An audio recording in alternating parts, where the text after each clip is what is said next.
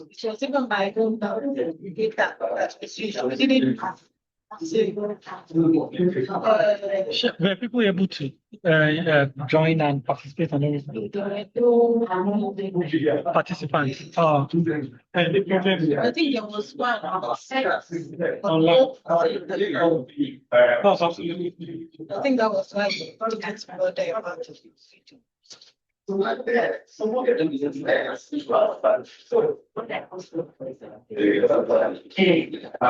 how did you connect? It's fair.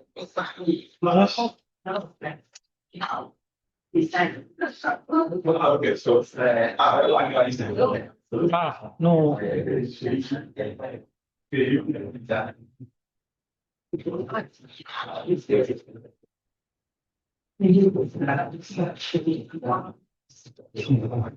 When you click on a session like this, I mean, you might have one million. The internet of it. Don't worry, when we want to start the next session, I'll show you how to do it. I'll leave you to do it. This seems to be the next station. No, I've already see. Next I've already started. No, it will not start now. It's in 6 minutes, in 5 minutes now.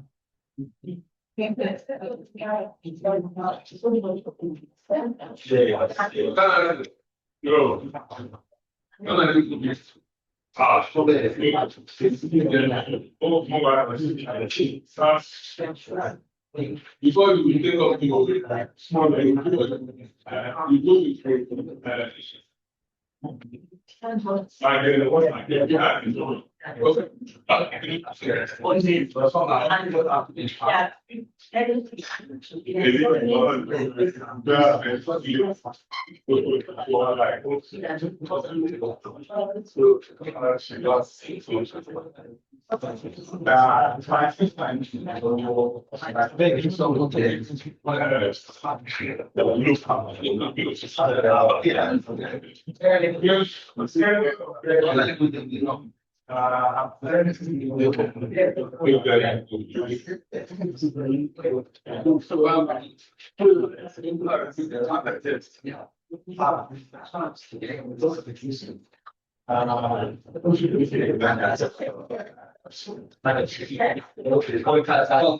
Yeah, my data speed.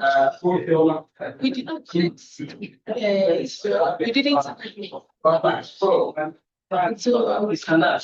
it was hard.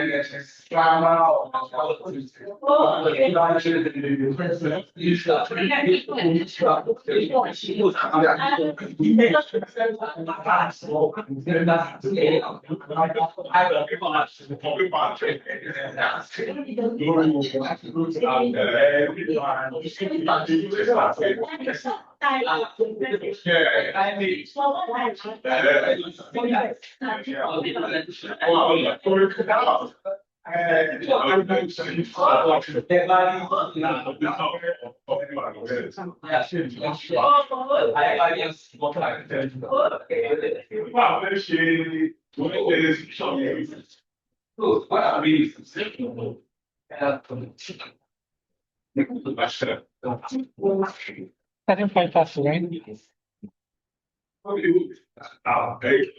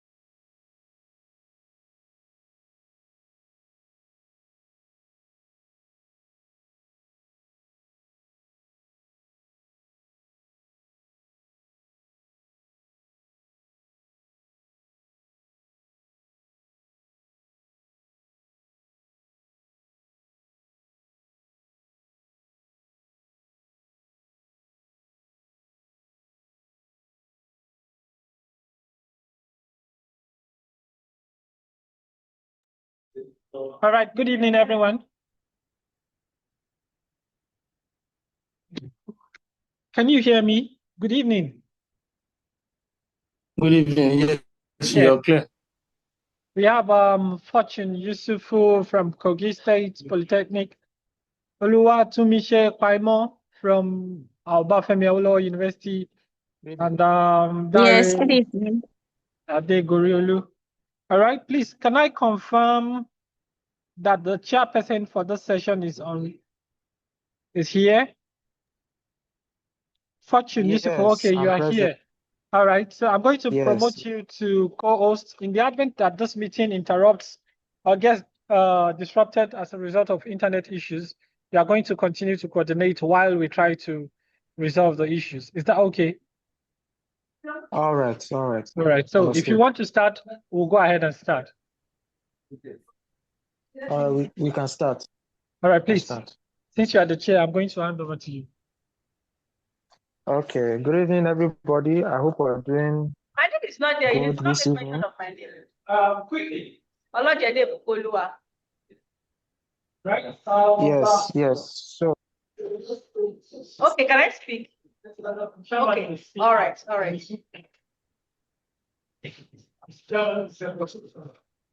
Thank you. is everybody here?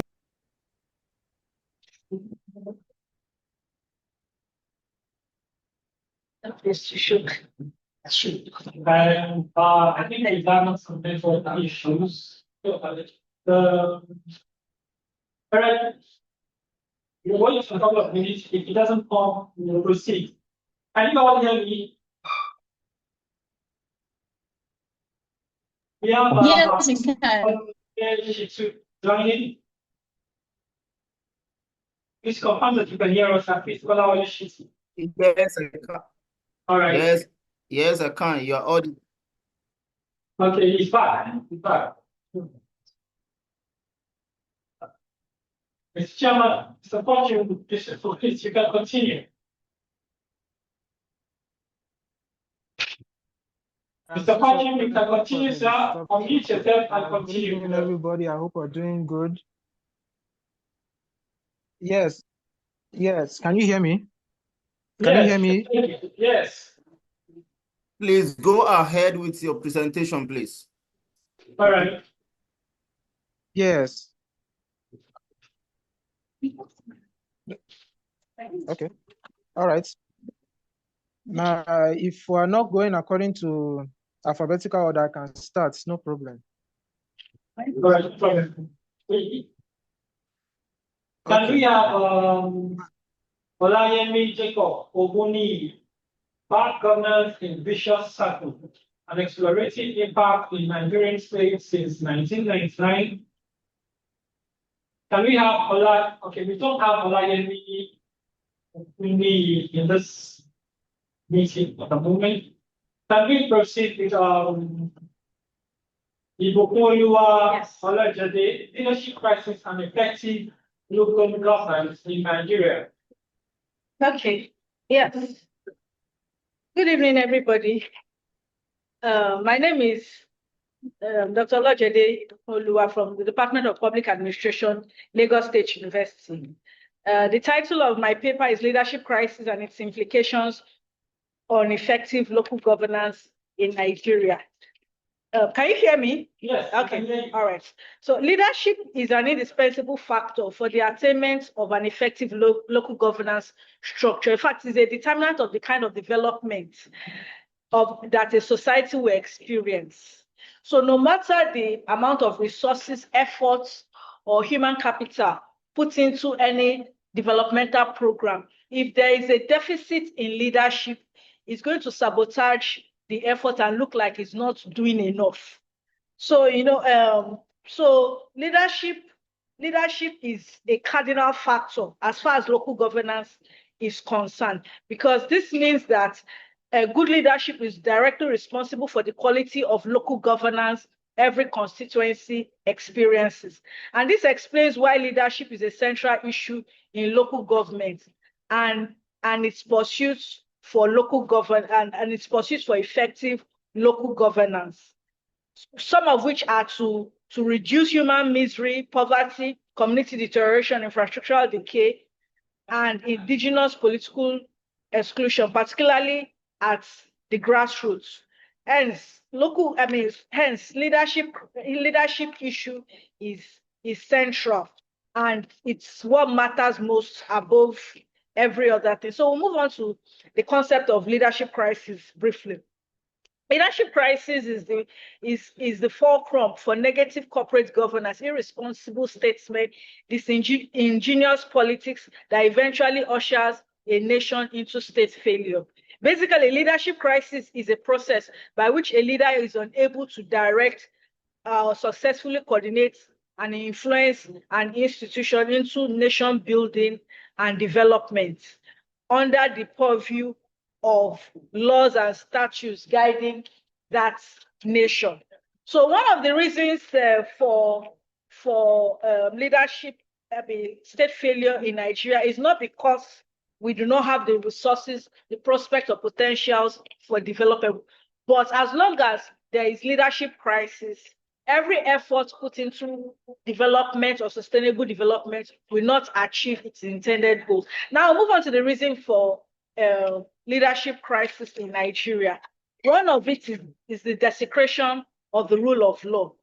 Now, the level of pervasive illiteracy, ignorance, and poverty is a very big or huge limitation to the rule of law, due to the fact that a lot of Nigerians live in ignorance of constitutional obligations of their leaders, as well as their roles as citizens, which makes it easy for some unscrupulous politicians to prey on the ignorance of the people by brazenly disrespecting the judicial processes and decisions, and also getting away with unfulfilled campaign promises and manifestos, because they know the people will not ask them, confront them, or call them to questioning over the failure of the failure on their part to fulfill their campaigns or electoral promises. Another reason for leadership failure or leadership crisis in Nigeria is the inefficient judicial system.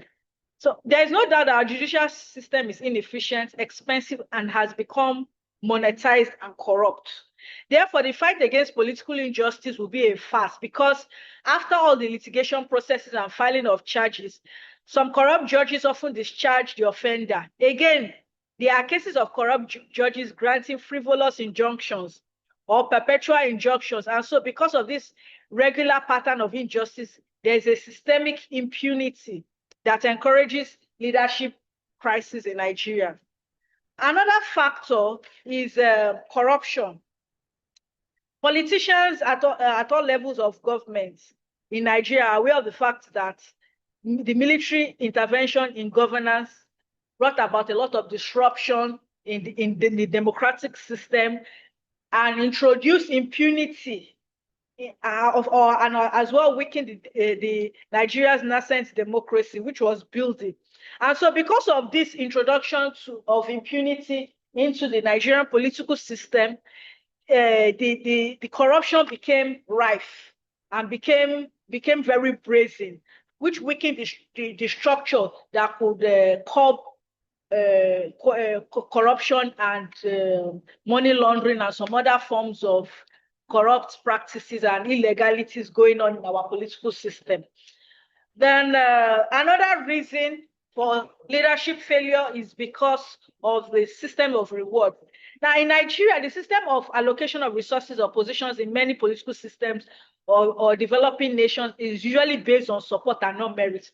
People do not give you positions because you deserve it or you are qualified for it, but it is based on the role that you played during elections.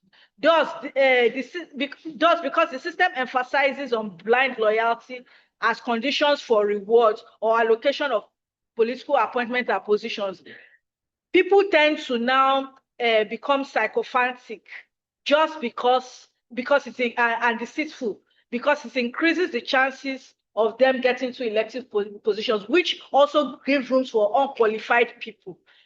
Now, the system does not reward people that have something to offer, which exposes the system to ineffective or people that are unqualified for that position. And lastly is parochialism and partisan politics. Parochialism and partisan politics constitute a very important part of the reasons for leadership crisis in Nigeria. This is because excessive commitment to ethnic, sectional, and partisan or personal interest has made it difficult and almost impossible for competent leaders to have access to political positions.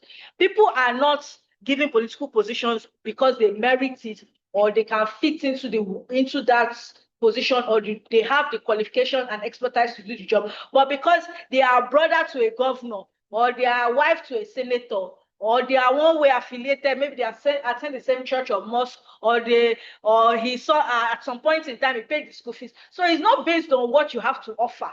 It is always based on the personal relationship or some kind of loyalty you have towards the person. So when those kind of people do not meet up to expectation or do not perform their roles, it is always hard to call them into questioning because they are always related to one political godfather or the other. Now, moving on to because of the limitation of time, I'll go straight to the implications of leadership crisis on effective local governance in Nigeria. Number one implication is poverty, because corruption triggers poverty, because the money that is allocated by the state to local governments to fund developmental projects are often consumed by or misappropriated and also sometimes disappear under the charge of some unscrupulous politicians. As a result, money meant for funding of developmental projects at the local government levels are often diverted into private accounts. That's why it looks like as if there's a lot of infrastructural decay or poverty, because all of the funds that are meant to facilitate infrastructural development in communities, to enhance the standard of living and to curb poverty are often diverted for some other personal reasons, unregulated and unchecked. So all of these are one of the reasons why the local government cannot perform its statutory responsibilities effectively. Not because they are not ready to do it, but because the funds that are allocated for them are often diverted for some other things. And it's so bad that some of the local governments are not able to pay their staff their salaries because the money meant for infrastructural projects, developmental projects, and staff welfare are diverted for some other issues. And that's why you see some local government officials, supervisors, councillors, and some others complain that for 2 months, 3 months, they've not been paid salaries. And it's not as if the money is not getting to the local government, but some unscrupulous politicians are diverting the money for something else. So this is one of the reasons that reduces the effectiveness of local governments. That's why it looks like you see some local government, they are not doing anything because the funds meant for actual work are consumed by something else. Secondly, in addition, there is an emergence of political stooges planted across public institutions in Nigeria who are usually inept and ill-qualified. And it is one of the consequences of leadership crisis on local government. And therefore, it is necessary to note that when these political stooges refuse to bend to the rules to satisfy the selfish interests of their godfathers or political officials, they are cajoled, threatened, and manipulated into submission. So you are put here not because you are competent, but because you are a stooge, you are a dummy here to do whatever your political godfather decides or asks you to do, not what is right, not necessarily what is right or what you are there for to fulfill the responsibility. So these are one of the reasons why local governance has become ineffective. Finally, another implication of leadership crisis for local governance in Nigeria is that in a quest for public servants to make provision for their personal welfare after serving their people as chairmen of various local government councils, most chairmen connive with some willing career officers who expect to make personal gains in the process. So instead of them to sit down and do their job, they are carried away with life after their position. They have issues with anxiety that I don't want to retire broke. So instead of them to do what they are paid for, what they are elected or appointed to do, they connive with some politicians to reap the constituency or the community of developmental projects, just because they want to, they're all about the next election, the next position. For that is what it's all about for them. And so in conclusion, this study concludes that as long as leadership failure is rife, poverty, anarchy, insurgency, ethnic strife, malnutrition, child mortality, untimely deaths, pervasive illiteracy, mass unemployment, human trafficking, genocide will be a continuous thing at the grassroots level. It is not as if we do not have the resources, the institutions, or the wherewithal to checkmate all of these anomalies going on in the political system. But because there's a failure in terms of leadership, which is now resulting into state failure. Now, the study recommends that policies should be enacted at the state level, wherein potential leaders must from the local level undertake programs that will positively change their mindset towards leadership and create confidence in the followers. Because it's not possible to change the paradigm of our society without refashioning the psychology, orientation, mindset, and value system of the leaders from the local level with respect to public resources. Now, the only way, the study recommends that the only way we can have a change, in leadership crisis, in terms of leadership, is that we have to change the mindset of the Nigerians from the grassroots. Leadership is not an opportunity for you to show off or to live in avarice, but for you to impact society. That way we will have a step in the right direction and the right people will be put in the right positions. Thank you very much.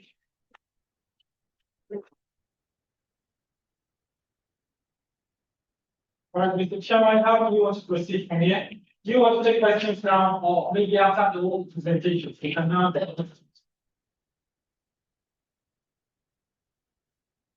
I believe if there's, we can still have 5 minutes for questions.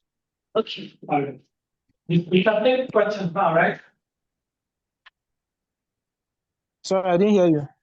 Can you take questions now, or you cannot take them after the whole presentation? As it's fresh, let's quickly just take 5 minutes for questions. All right. Okay. Does anyone have any questions about this? All right. We have a question. I have. I also have a question myself. Okay, sir. Go ahead. All right, go ahead. Thank you, Mr. Chairman, and the speaker. I want to, in the course of your presentation, you did mention that we can blame military intervention or interruption in our governance or poor governance at the local government level or in Nigerian politics generally. I want to ask, can we still blame the military? We have been practicing democracy uninterrupted since 1999.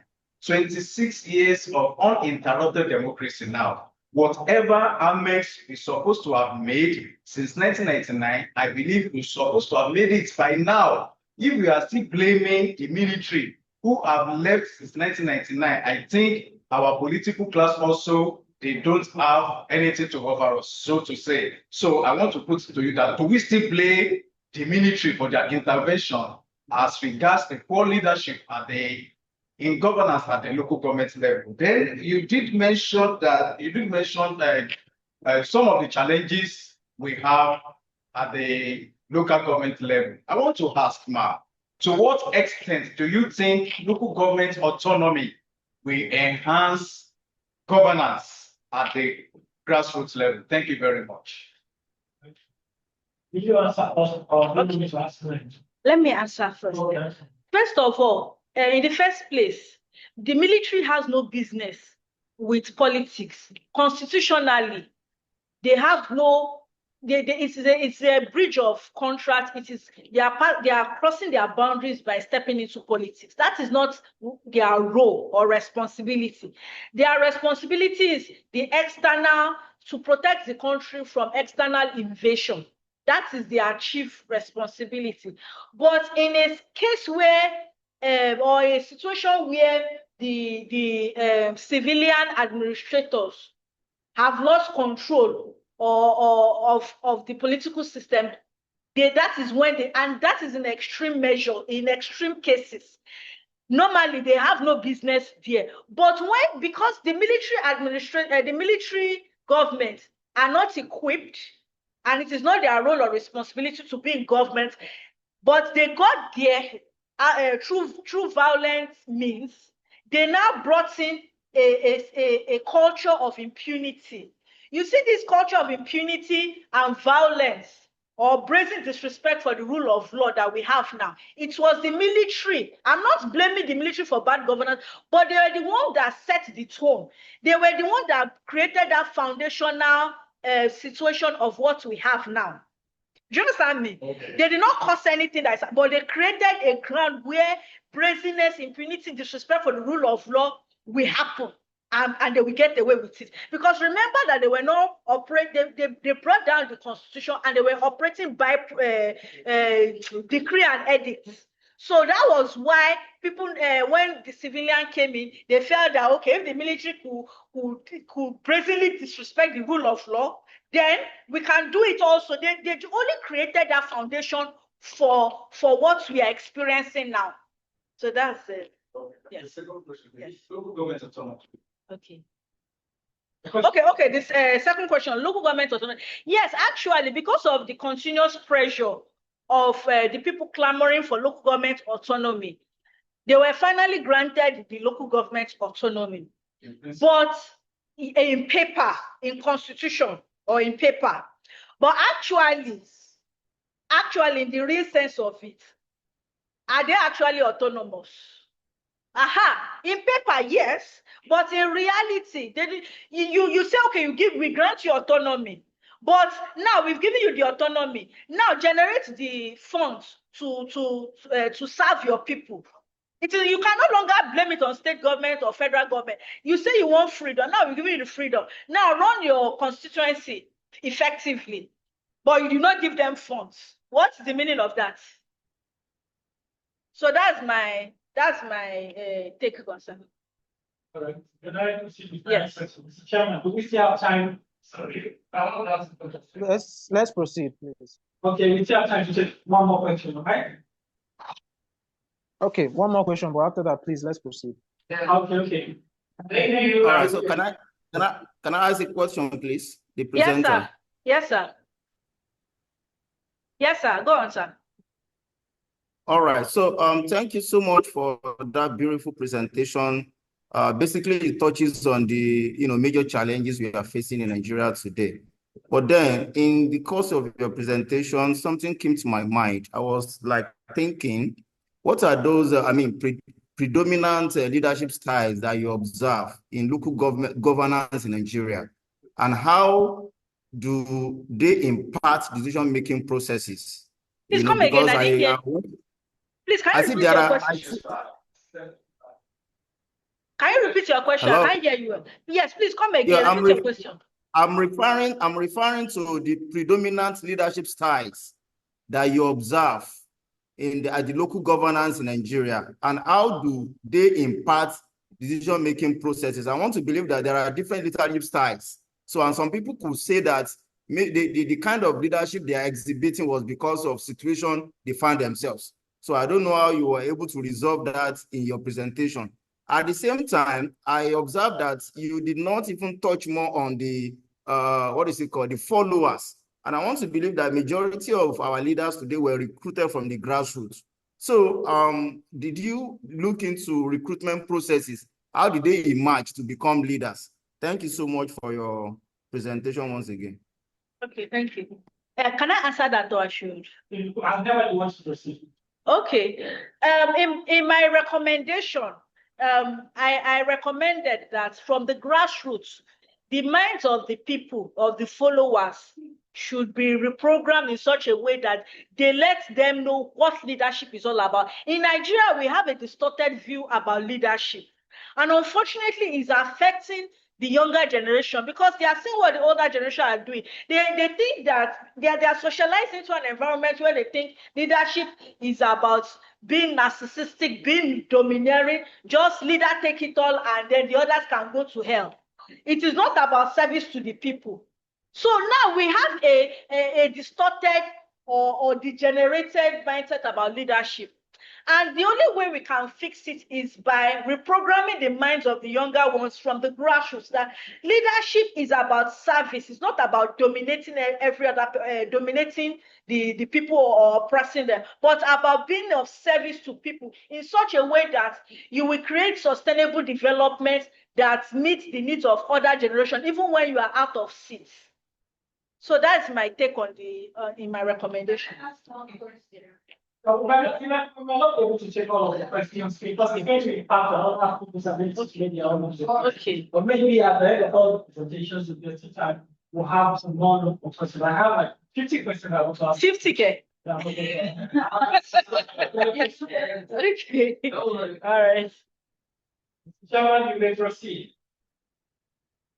Okay, he asked 2 questions. I only answered one. Yes, you have enough time to answer that. Okay. What we are putting down is to minimize the time so that everybody gets to do. Okay. All right. All right, please, next. Mr. Chairman. Please Who is the next person? Yeah, he asked 2 questions. He's talking about the next question. We Okay. cannot answer the next question now. All right. Please, can we have the next person? Do we have Olayemi Jacob Okuli? Do we have Oluwatomisin Paimon? Hello? Do we have Oluwatomisin Paimon? Yes, we have Oluwatomisin Paimon. Please unmute yourself and confirm if you are ready to proceed with your presentation. We do not have all day. Yes, we are ready to proceed. All right, please go ahead then. Oluwatomisin Paimon. Actually, it's Dari Adegori and Oluwatomisin Paimon. What of you? All right, please. Yes, so actually I'm unable to share my screen, but I will just proceed to.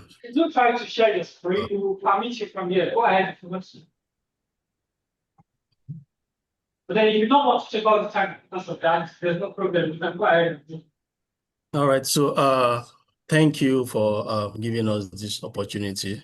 So our work centers on defining, or better still, redefining what it means to be a youth within Nigerian politics. So our title is A Vicious Circle of Repetitive Conundrum, Youthhood in Nigeria's Politics. So the first thing I would like to say is this. Our work doesn't delve into activities of youth within Nigerian politics. What we seek to investigate is within the political space in Nigeria, what role do youth play?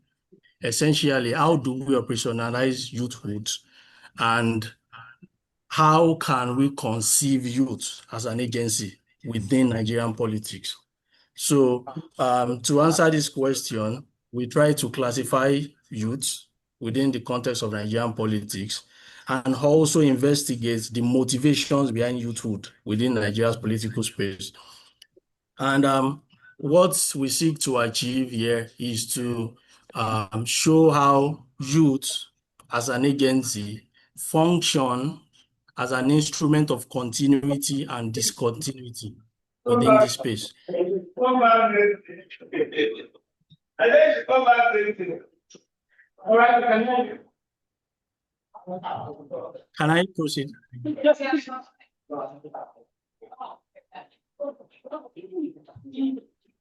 Please go ahead. Please proceed.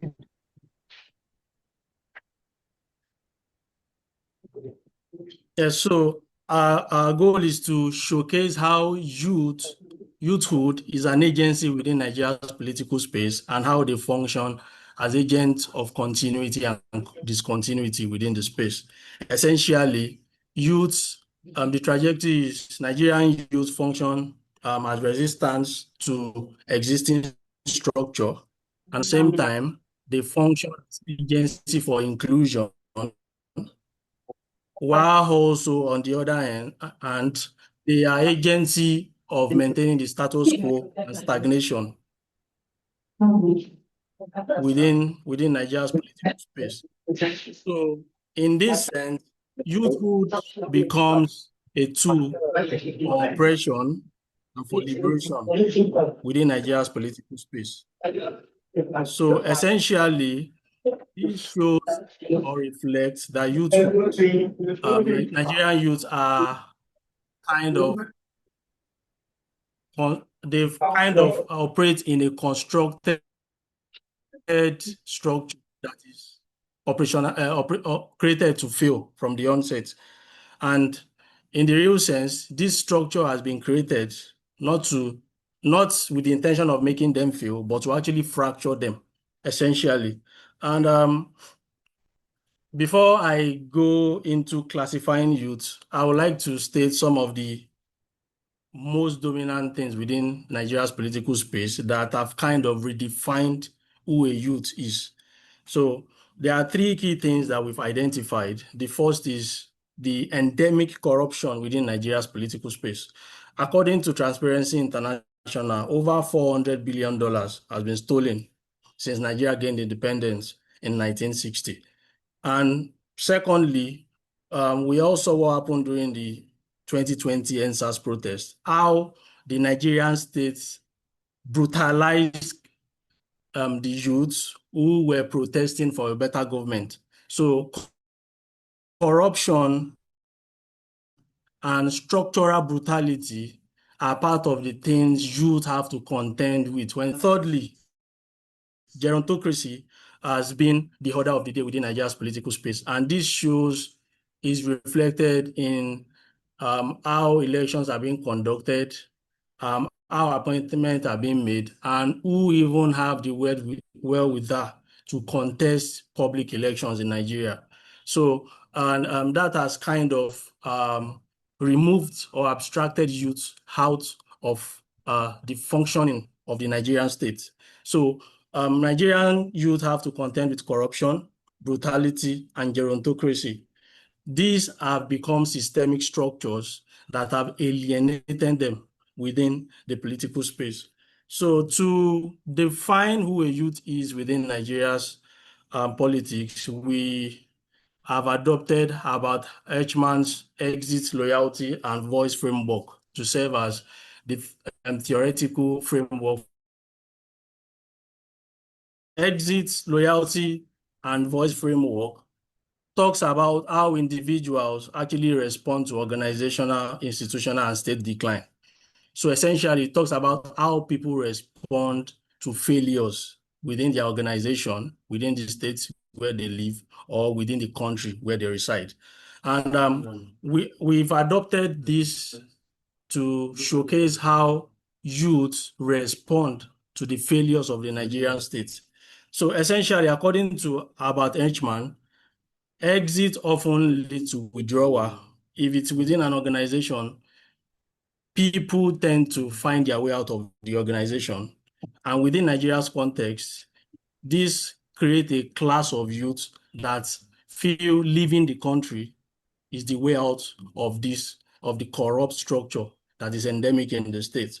The voice talks about youths who are active in terms of activism, advocacy, and protest. They lend their voice to protest against the state in the hope that changes could come along the line. And the third class of youth are, according to Eichmann, would be the loyalists, who, though they know what is endemic in the structure, but having done their cost-benefit analysis, they believe that aligning with the system serves their interest better than picking either of the option. But the crux here is this: regardless of which category a youth falls into, what they are aligned to ultimately is based on a cost calculation on which serves their interest best. Those who do not have access to power but have the financial means or those who do not have power but feel they have what they could leverage, often try to find a way to exit the system, while those who feel they, through one or two calculations, they could also be a part of the ruling elite, often go with the loyalists. While in between are those who fall under the voice, which comprise of those who have either lost hope in the system and have no way out, or those who have actually lived within the system and some way, somehow, they believe that something needs to change for the betterment of everyone, since the country is meant to be a commonwealth. So according to our study, we redefined what this framework stands for to label youth in three. We have the We have 5 minutes, sir. realists,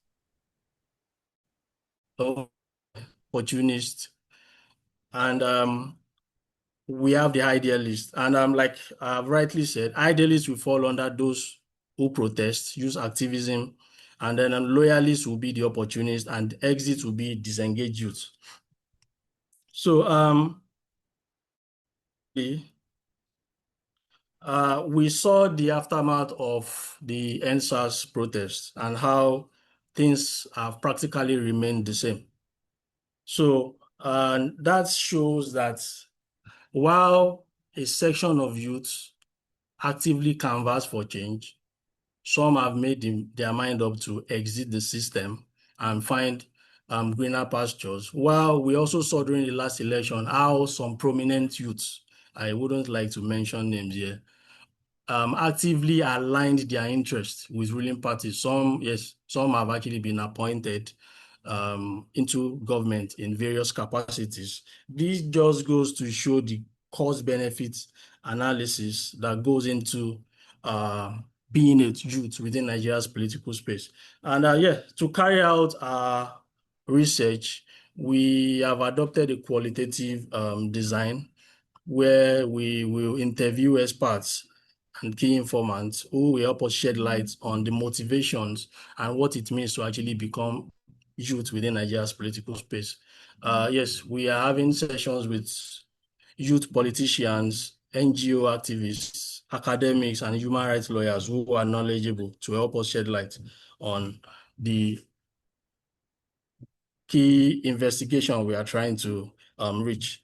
And we hope that this study will help us, first of all, unmask the structural challenges beyond what we already know, that reveals the cost-benefits calculation of youth within the political space, and also help serve as a framework for help creating a better structure for what it means to be youth within the Nigerian political space. So that's about it from us. Thank you very much for listening.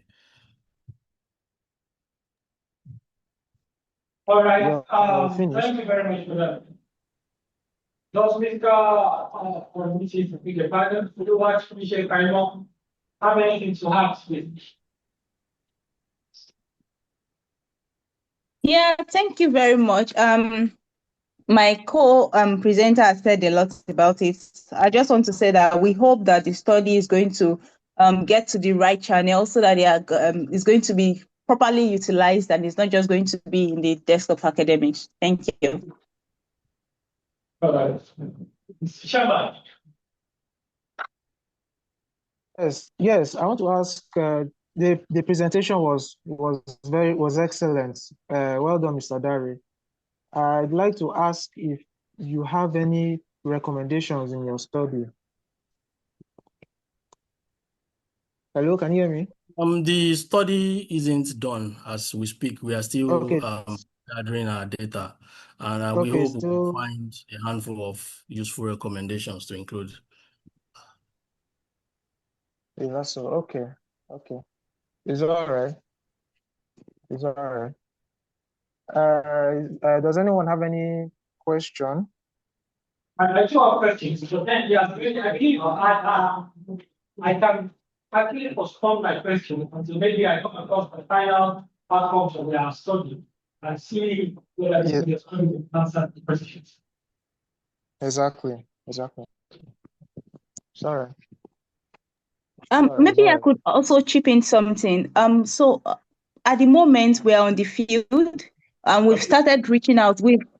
At the moment we've gotten across to politicians, the youth politicians. We've gotten access to youth who are in NGOs who work with the African Union and the peer review. And at least we've gotten 2 of them. We've had our interview. We have a total respondent of 10. And we've gotten across to 5 at the moment. We're just waiting to complete that. Then we have a full study. Thank you. Okay. All right. As soon as the study is conducted, please endeavor to share it with us because it's a very interesting topic. It's something I'm also interested in looking into. All right. Thank you. Okay, so I'm not with the program with me. Please, who is presenting next, or do I proceed? All right, I can proceed, Mr. Chairman. I think we have Mr. Fils was supposed to present, then he left, and I'm not going to explain why he left. Then while we are thinking that in my time, can go ahead and proceed. All right. So, good evening, everybody. My name is Fortune O. Yusufu. I'm presenting the topic Navigating Continuities and Discontinuities in Youth-Led Digital Activism, Impact on Public Policy Reform in Africa. I apologize for not having slides present as my laptop has an issue. So it's currently being resolved now. So if at any point you can't hear me, just kindly let me know so I can come back. All right. By means of introduction, digital activism has emerged as a powerful force shaping politics and social landscapes in Africa. We're not just referring to what we saw in 2020 concerning #EndSARS in Lagos. We also have other such phenomenon across Africa, like #Fees Must Fall in South Africa in 2015. We have #Reject Finance Bill in Kenya in 2024. We have the Arab Springs, so on and so forth. The digital sphere has created an entire other landscape in which people can project their issues and grievances for public policymakers to rectify. I hope I'm still being heard. Hello? You can hear you, Hello? We can hear you. All right. So moving on to the statement of the program.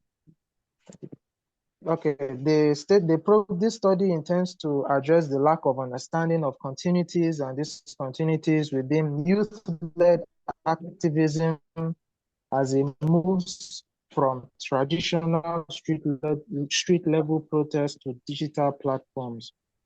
I'm trying to look into the relevance of this traditional activism as digital activism has now seemed to come into the forefront, whether or not it's still relevant in today's society.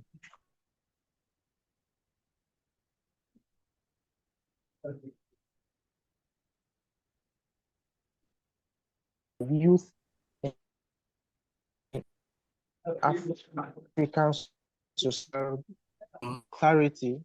For the purpose of clarity, I have to define what continuities mean and discontinuities mean. Continuities are elements of a process, are the elements of a process, system, or phenomenon that remain consistent over time.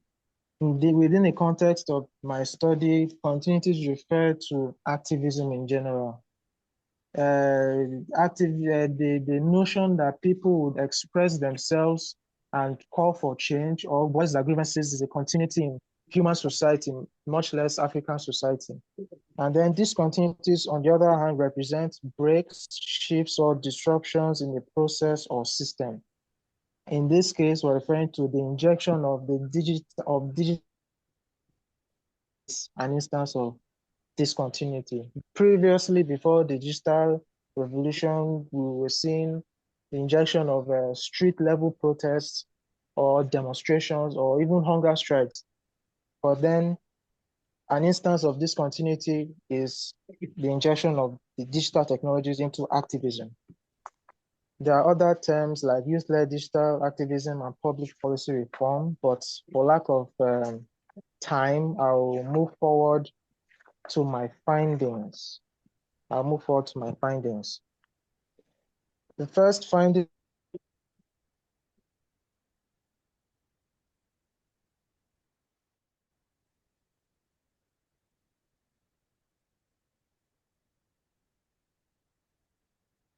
Can you all hear us from over there? We are struggling to have Mr. Coach. I found is that while traditional methods of active such as street protests and community organizing continue to play a vital role, they are increasingly complemented by digital strategies. Found that within the digital sphere, while we can say that the digital sphere can gather and raise interest or bring eyes towards a particular problem, traditional activism such as boots on the ground protests, so on and so forth, still plays an active role in activism. We saw the same with hashtag #EndSARS, where it first of all first started online. People keyed into the issue and agreed to protest. We saw it in Spring, we saw it in Must Fall, we saw it in hashtag #AmINext. All these instances of youth-led activism first born online, but then came into through traditional means protests, physical on the boots on the ground protests. So now the second finding, yet they struggle to maintain and foster long-term engagements. This study found that while digital activism, or especially youth-led activism, is adept at gathering interest, gathering attention very, very quickly, it is not able to sustain the interest very quickly. I'll give an instance of that is outside of Africa, like the plight in Gaza, for example. Even though the campaigns and the donations are still pouring into that, into the awareness exercises going towards Gaza, there is not much active attention put into that cause. Now it is more passive and people have moved their attentions elsewhere. And essentially this finding states that the attention accrued from digital movements, even though it bears fruit in the sense that it brings a large number of people together to voice their problems, it does not truly last, unlike traditional means. Then the third finding is that identifies several challenges and opportunities that youth-led digital activism face in future public policy reforms. These challenges can be government surveillance, misinformation, censorship, and the risk of co-optation. Co-optation in the sense that unscrupulous characters might inject themselves into the ideology and for the purpose of creating chaos and anarchy or discrediting the cause in general. So now my study recommends the following. Number one, to strengthen digital organizational alliances. That is to say that all these digital activism activities must ally themselves formally and publicly with recognized organizations like civil society organizations, even local government councils, private organizations, non-profits, for the sake of legitimizing the cause and sustaining active interest. Second recommendation is to develop long-term engagement strategies so that this boon of people losing interest in a cause is somewhat curtailed. The third recommendation is to address the challenge of government surveillance and information. This is not for the sake of espionage or criminal activities, but for the protection of the activists themselves, because not all governments, for lack of a better term, not all governments allow free expression. So, and then the fourth recommendation is to integrate digital and traditional activism. As I've stated before, traditional activism it cannot fade into non-existence because it complements this discontinuity of digital technologies within activism. So it is best for these two spheres, the digital and traditional activism, to merge together and sustain themselves through this merger. Thank you very much.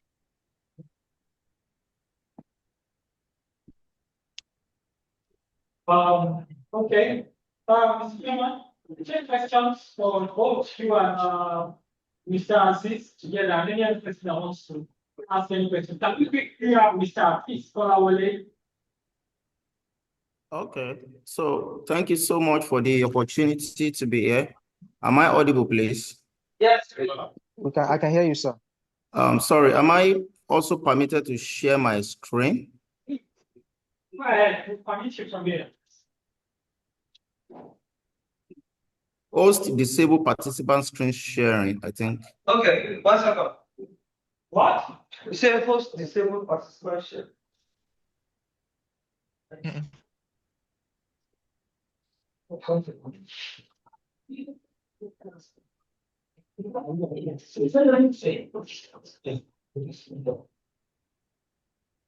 Yes.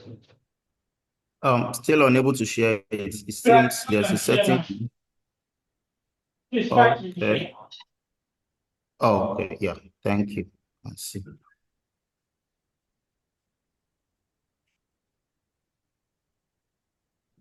Yes, can you see my screen, please? Very well, very well. Okay. All right, thank you so much. Please, this is actually a work in progress. I've not really, done the field work and probably get the conclusion for this work, but basically, I'll be interested in, the comments that will be able to strengthen the literature parts and at the same time, the method section. Thank you so much. Mr. Kolawole, sorry, please.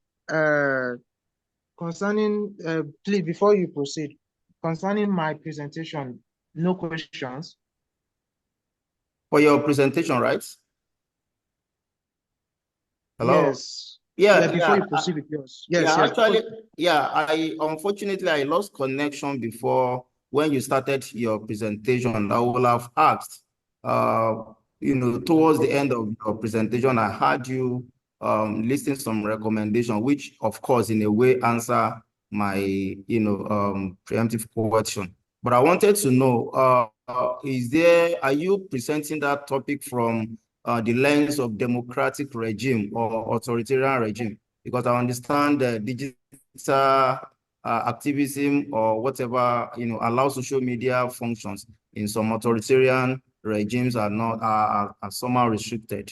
So I don't know from which lens you are presenting it, so I will have asked.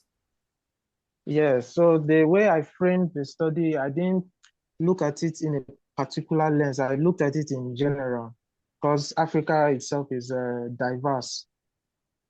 So I looked at it from the sense of somebody that is not entirely free to express themselves and also somebody with, that is free to express themselves.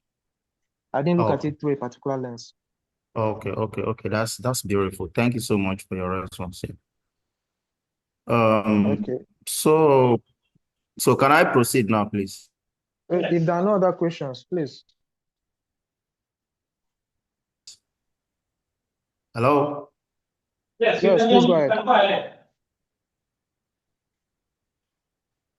Okay, so like I mentioned, this is a work in progress, but then the topic is intersectionality and disability inclusive elections in Nigeria, and I'm exploring identity and political participation. So to start with, I have the background knowledge of the fact that globally there are over 1 billion people, about 16% of the world population actually living from one form of disability or the other.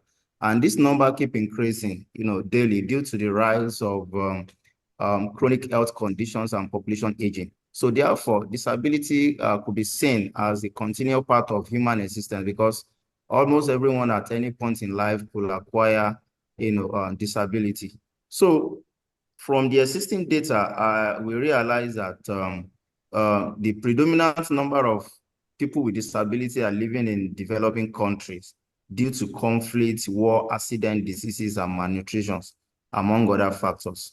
So, but in Nigeria, to be precise, there is no accurate data on the total number of people living with disability. But the Joint National Association of Persons with Disability is an umbrella body, constituting all the clusters of persons with disability, made us realize that there are over 31 million of Nigerian population that are living with disability. So while this population actually represents a significant minority group and powerful voting bloc in any democratic society, so study reveals that these individuals are increasingly subjected to multiple violations of their fundamental rights, not only in political participation, but in accessing education, healthcare services, and many others. So the major problem that this study identifies is that there are various international and regional conventions that acknowledge the right of persons with disability to participate in public and political life. So prominent among these is the United Nations Conventions on the Right of Persons with Disability. We have the African Disability Charter as well. Even in Nigeria, after so much deliberations and delay, so Nigeria also ratified United Nations conventions, and that actually brought about the Disability Prohibition Act of 2018. So as a result of that, some factions of Electoral Act was also reformed, especially Section 54, 1 and 2 of the 2022 Electoral Act, even the defunct 2010 Electoral Act. So were reformed to cater for inclusion of persons with disability in political process. So fashioned from the Electoral Act, INEC also put in place, certain framework for electoral inclusions of persons with disabilities. So all of these are expected to improve, political participation and inclusion of persons with disability in political process. But despite this, persons with disability, like many other vulnerable groups in Nigeria, continue to experience difficulties in exercising their, legal political rights.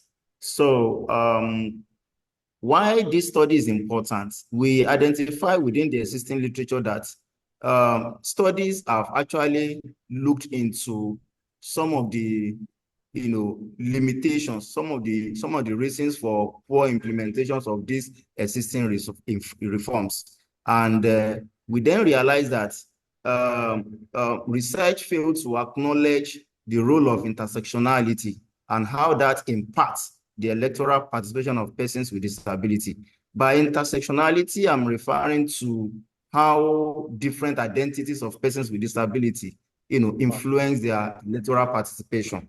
So, unfortunately, the existing electoral laws and reforms in Nigeria, when you look at Section 54, 1 and 2 of the Electoral Act, which talks about persons with disability, is only focusing on probably people, visually impaired people, and the provisions of assistive devices for this category of people. So there was no specific mention or identification of other forms of disability. And of course, disability are not homogeneous groups. They are people of diverse, clusters. Can have people of, people having visual impairment, people having hearing impairment, people with albinism, people with spinal cord. So all of these categories of people were not actually mentioned specifically in the existing reform. So that makes the implementation of that reforms, particularly one-sided. So what this study is trying to do is to, identify the variations in disability severity and how that influences their political participation. So in doing that, I'm probably focusing on how gender influence disability electoral participation, how disability status, like I mentioned earlier, influences, how their ethnicity, and the rural urban dwelling, either religion or cultural beliefs, or some other socio-economic status, such as educational background and many others. So in doing that, I'm actually interested in examining the theory of intersectionality and how that theory could help explain the various identities of persons with disability, how that can impact electoral participation in Nigeria.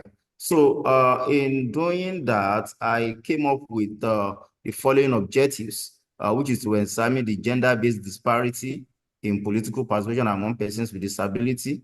So I also want to investigate the impact of religion or cultural perception. There are some existing cultures that will say disability is a taboo. And when they see someone hello? Yes, we can hear you. Proceed, please.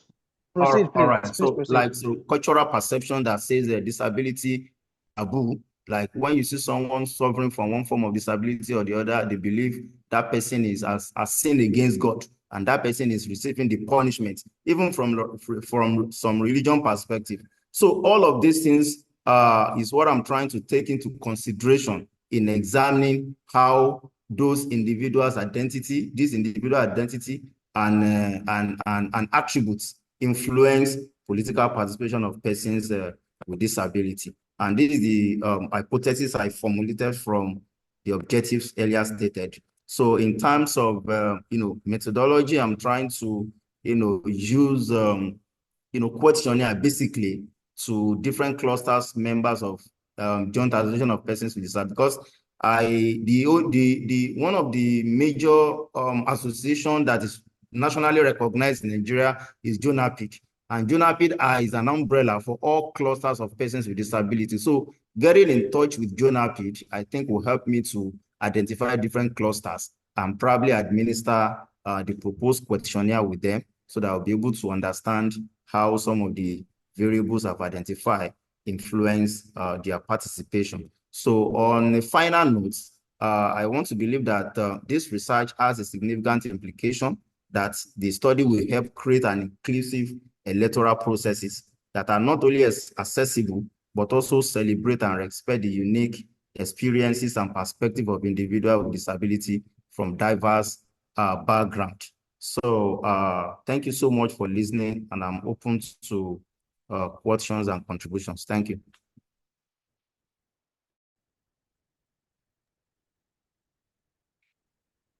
Thank you so much, Mr. Hafiz Kalawale. Mr. Chairman, I'll allow you to proceed from here. Mr. Hafiz Kalawale, you can start hearing now. Yes, I can hear you, please. Yes, Mr. Hafiz, well done for this presentation and your the study you wish to embark on. It's a very nice, very, very, very nice one, very impactful one. I was initially hesitant concerning the variables in your objective because they seem numerous at first, but then through further reflection, I believe it's all right. I'm still stuck on it. Okay. Hello? Yeah, I'm with you. Yeah, I was seeing religion and culture. I was also seeing. So the first one was. I was seeing several variables, but you're certain that these will not how do I say, be too much for your study. Okay. Are you certain it will not be too how do I say, let me say, cumbersome for you to yeah, thank you so much for your observation, and possibly I could in going forward I can possibly reduce a number of variables, but definitely gender will surely feature, and religion perception will feature, and I don't know about others. Socioeconomic status, I think it has so many variables beneath it. So I can find a way to restructure in such a way that will not be too cumbersome for me to embark on. Thank you so much. Precisely. Well done. Well done. Can I ask, Do we have any other presentation? I'd like to quickly ask, is there a way that cultural, sociocultural constructs apply to this? How do they play out in impacting, or how do you think they can play out in impacting the trajectory of your study? Hello, please. Can you come again, please? I'm asking if you think or if you know how sociocultural phenomena can apply to or impact the outcome of your study. Okay, yeah, there is ample, body of literature that tries to attest to the relationship between cultural perception and the inclusion of persons with disability at large, not only on political, aspects, but then it is the responsibility of my study to probably affirm such existing study or probably debunk it with respect to Nigerian context. Okay, very briefly, very briefly. Right, Mr. Chairman. Yes. Do we have any other presentation? And also that we have any other presentation because there's only one person that joined physically here, present here in Lagos.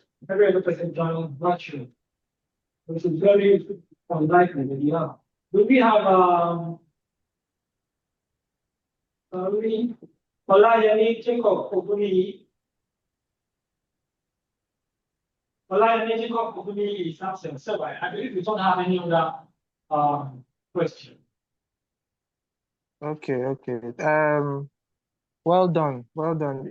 Just in general now, or in hindsight, is there any other concerning past or previous presentations? Is there anybody that has any question? Aside, I'm not talking about mine alone. I'm talking about from beginning to end.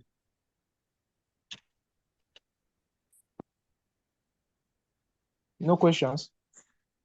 I believe the people from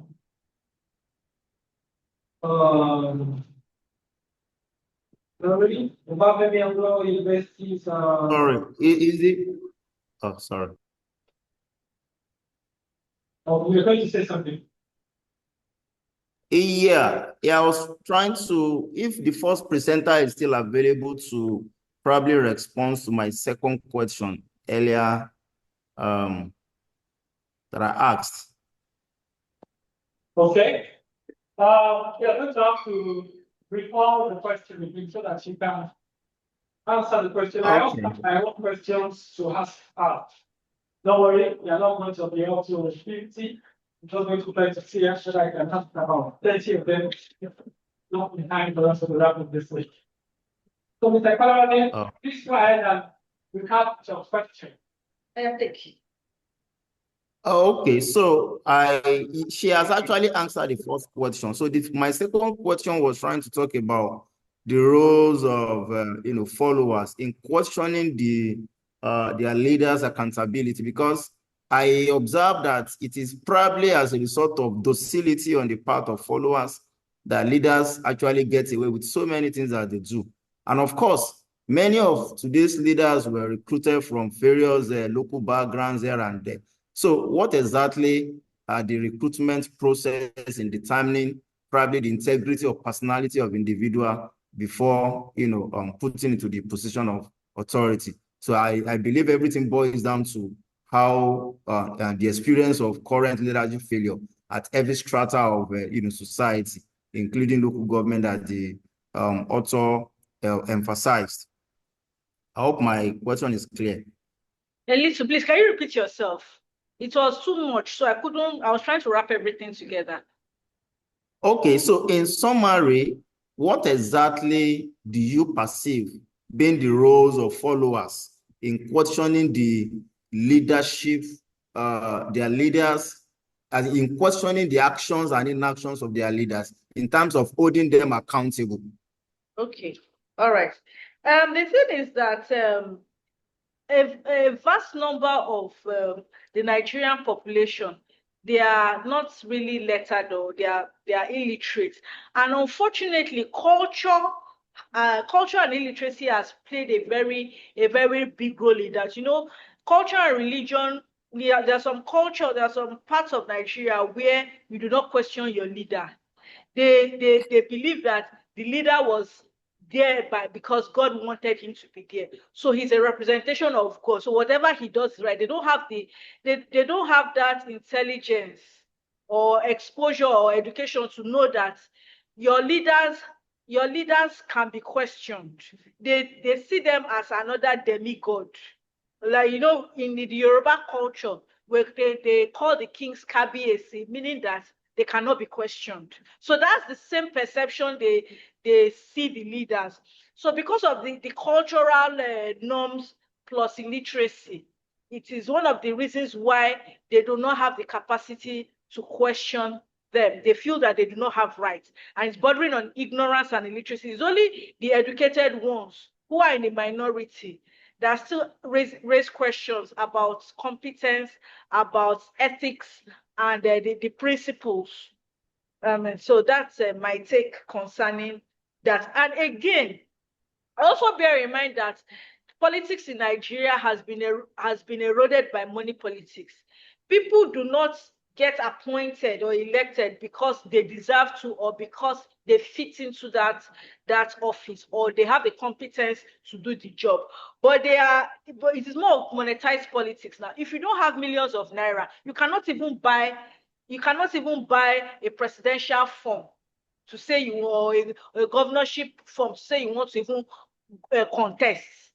A regular Nigerian is how much is the minimum wage? Is it 50K or thereabouts? Between 30 to 30K or thereabouts.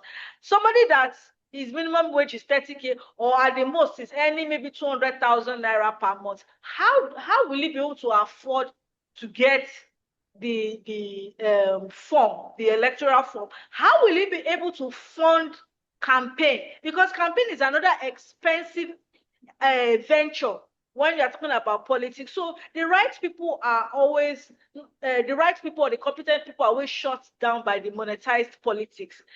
And again, the sad part of it is that some of the scrupulous politicians, they also prey on the ignorance of the people, because they know they will not ask questions. So that impunity becomes brazen, because they know they will not ask questions, because and it's one of the reasons why some parts of Nigeria, they do not allow, they rather prefer religious education to formal education, so that they will not be able to be enlightened enough to question their leaders. I hope that answers the question. Thank you. Thank you so much for your response. Thank you. I have my own questions. I'm sorry. Okay, go on. The first question is from the title of your presentation: Leadership Crisis and Effective Local Governance in Nigeria 2025. So when we say leadership crisis, we conceptualize the term leadership as a concept. And then when we conceptualize leadership, how do we explain the ideological meaning of that concept? Do we have ideological understanding of that concept? Leadership, because I believe the concept has ideological implication. When we say something is leadership, it has ideological implication. So how do we understand the ideological implications of leadership? That's one.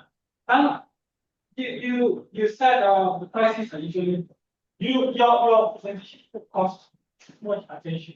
I'm not saying too much. I believe your presentation rightly gives justice, focusing attention on the leadership crisis, on leaders as contributors to the crisis and that's the local government levels. Now, I'm saying that if you would do so, there's no issues of ideological efficiencies in future research, because I believe that ideological efficiencies are one of the major problems in leadership. Sometimes people don't understand their role. Sometimes people don't understand what is to be expected of those who are in leadership position. What is the ideology that we are using to determine who should lead us?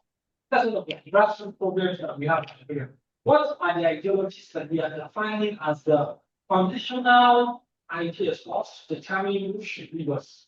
So I feel like there's some ideological efficiencies that are often overlooked when it comes to local, because we're not just talking about the country having an ideological, do you understand? Sure. We have to go back to the localities. Yes. Then the second, I talk about local institutions as central to leadership crisis. And in this sense, I'm talking about all local institutions, local churches, local mosques. I'll talk about the family too. Because someone's child becomes a local government chairman, and you're expecting that child to buy 7 cars, build 3 mansions in the village for his father because he became. Do you think that these institutions also contribute to the problem? The family cost as the first institution and other institutions, the churches too. The church member becomes the local government chairman, the church expects life to be legal, expecting to come to church and contribute to big church projects and all of that. The same thing goes in the mosque. So you don't expect him to put 200 naira in the offering box. You don't expect him to contribute to the project development project of the mosque and all of that. So how do we problematize institutions, local institutions, as major contributors to local leadership crisis and local governance in Nigeria? If you want to answer, you can answer. Okay. Yes. Yes. For Okay. Can I go on to answer it? I also have a question for. Please let me answer one before the other so that it will not. Okay. Okay. All right. I want them to also still learn this. Okay. All right. You want to Suppose that you have me correctly. You want to make a on the Daria. Okay. I think. I'm sorry, I didn't hear that correctly. Please, can you help me again? No, just stay on the line. I'll put your question later. Okay. Go ahead, make an attempt to answer the question.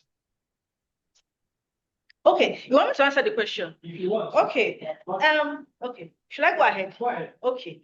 Now the thing is that our culture in Nigeria is unfortunately embedded in corruption because there's a Yoruba saying. There's a Yoruba saying, "Ibi tá tí ń ṣiṣẹ́ la tí ń jẹun." It is abusive. It is a corruption enabling statement, literally meaning that it is where you work, you eat. The place you work is not a place for abuse of power or abuse of office. The fact that I'm working as a chairman is not a license for me to abuse that position. But you hear statements like "Ibi tá tí ń ṣiṣẹ́ la tí ń jẹun" to joke when people want to question or why are you doing this or why are you doing that? They make some justifying adages, which is totally uncalled for. And the culture also, the culture and the socialization, the political environment or the social environment is embedded in corruption because the system itself, the mindset is twisted. Like I said earlier, we need a change of mindset before anything can go on. Leadership position in Nigeria, unfortunately, they don't see it as a call for service. They see it as it's my turn. It's an opportunity for me to take what I did not have opportunity to take last time because it's just 4 years. My brother is just going to be a governor for 4 years. So within that 4 years, let me pressure him to get this money from. And the person you are pressuring, you don't even know what is allocated to him or the responsibility he has to fulfill to his constituency. You are already pressured because you feel you have a brother that's a governor or a chairman. You think it is your right. We have this entitlement spirit. You feel it's your right to go and pressure him. And unfortunately, some of these leaders, they are human. We are forgetting that they are human beings with emotions. They don't want to disappoint their brother. They don't want to make their sister feel bad or their wife feel in a certain kind of way. It's only few that understand, but the majority will assume, oh, he's wicked. He did not remember us again. if you do not, if you say no, if you stand your ground and say no, I'm here to serve the people. I'm not here to serve my family. And the people chose me to fulfill this responsibility to the people. But some unfortunately yield into family pressure. I want to satisfy my sister. I want to satisfy my cousin. I want to do this. I want to build. He said I should build house for him. He said I should buy car and all of that. So they unfortunately yield to that pressure, forgetting that, and at some point in time they even forget why they are in that office. So the culture itself is a very strong enabler. So it is one of the reasons this study recommends that we need a shift in mindset. And that can only happen when people are enlightened from the grassroots, because the leaders emerge from the grassroots. The person that became a president or governor did not just become a president from the blues. He passed through a system and structure. He was socialized in a particular environment. It is that grassroots socialization that the study recommends a change, where from the churches or mosque or religious institutions, we must push for a change that leadership is for service, is for impact. It is not a license for abuse. Yeah, so that's my take on that. All right, thank you very much for that. Mr. Chairman, if you allow me, I'll quickly direct the question to Oluwatomisin and Daniel. Yeah, thank you. I think a lot has been said. What I would like to chip in is, I think Dr. Kolawole raised something critical I am not asking a earlier. question, please.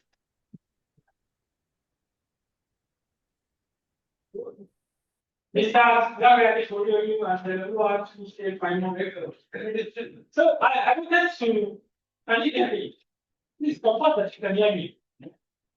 Yes, I can hear you. All right.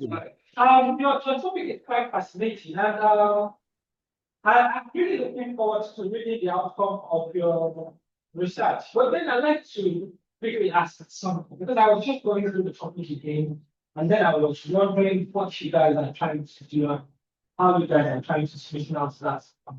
So I'm saying that, how do you problematize youthhood and politics, since those two concepts are in the center of your research?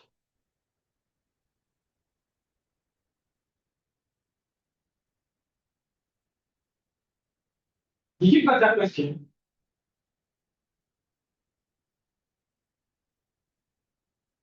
I believe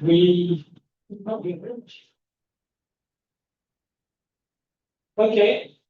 So in the event that maybe some possibility you didn't get that question, we can always communicate via email. I'm looking forward to connecting with you guys based on this your research. I hope that is fine. Okay. Anyway. I'm told. Hello? Yes, Can I talk, please?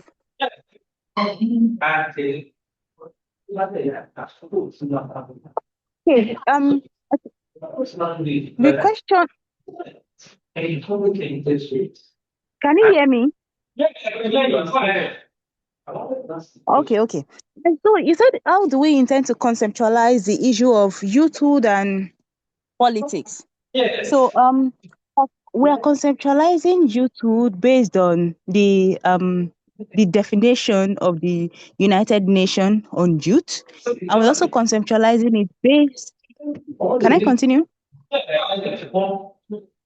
And also on the conceptualization of the Nigerian perspective of youthhood. Now, we are trying to look at it from the perspective of what the general public sees as being a youth, as a contradiction to what the UN requirement of a youthhood. Now, we also try to look at it from the perspective of, if the requirement of the United Nations for youth is within a particular age range, now, and it ensures that there should be inclusion of youth in the in politics. Now, is the Nigerian institution working within this time frame? the age frame, the age limit. If the Nigerian constitution is not working within this age frame, what are the issues affecting it? And what is the way forward? So we are looking at it from the perspective based of the United Nations and on a perspective based on the electorate itself.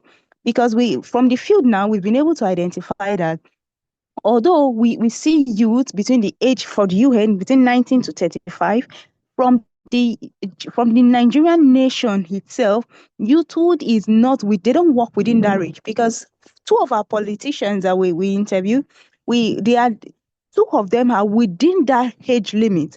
But a particular respondent who is a lawyer identified that when we are talking about youthhood between this age frame, it gave two perspectives.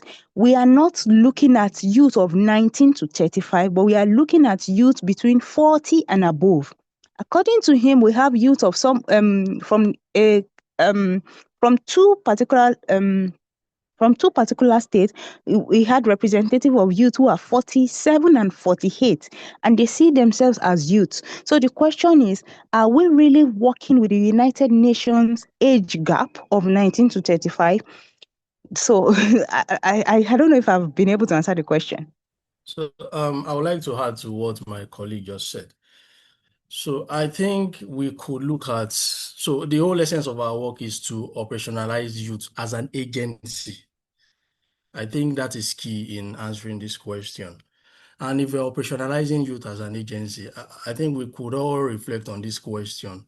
For a country that has around 70% of its 200 million plus population less than the age of 40, what percentage of that 70% has a voice within politics, and how well can they actually, how do they function within that space? That is a key question. So when we see the problem from that angle, it kind of shed more light into what we are trying to do. If we have that much youth and we have practically people, permit me to use the word, heading to the grave, who are actually holding key political positions in the country, what is the issue with the youth? Why are they not being represented enough in politics? And what are the things they are doing? What motivates youth within the Nigerian political space? So I hope I've shed more light on that particular question.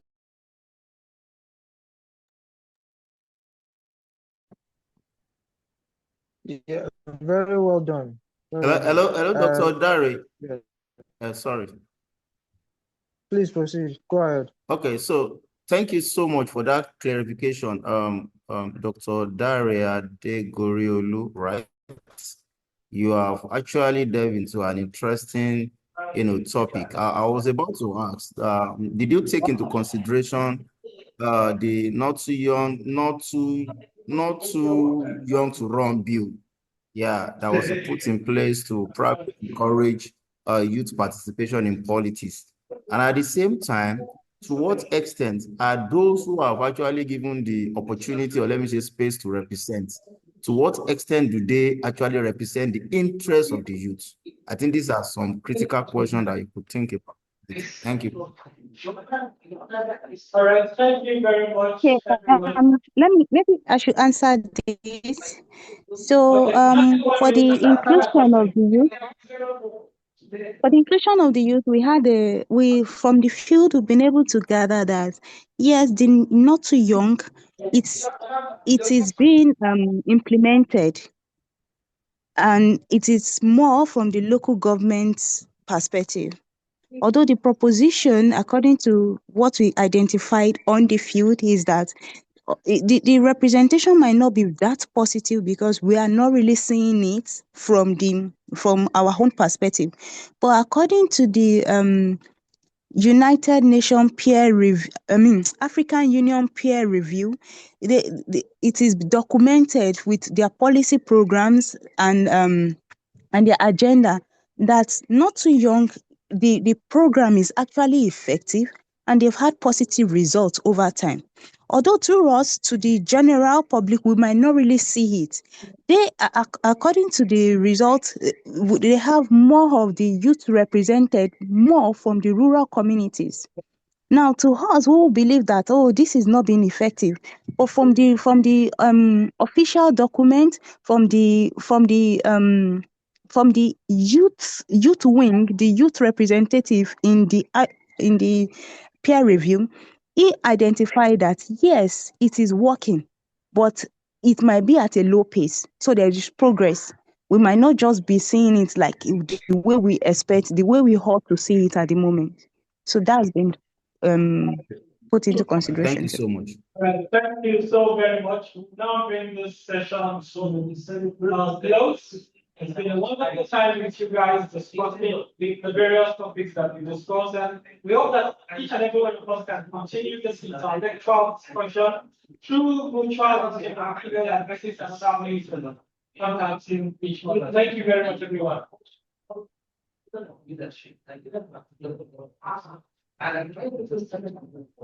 Yes.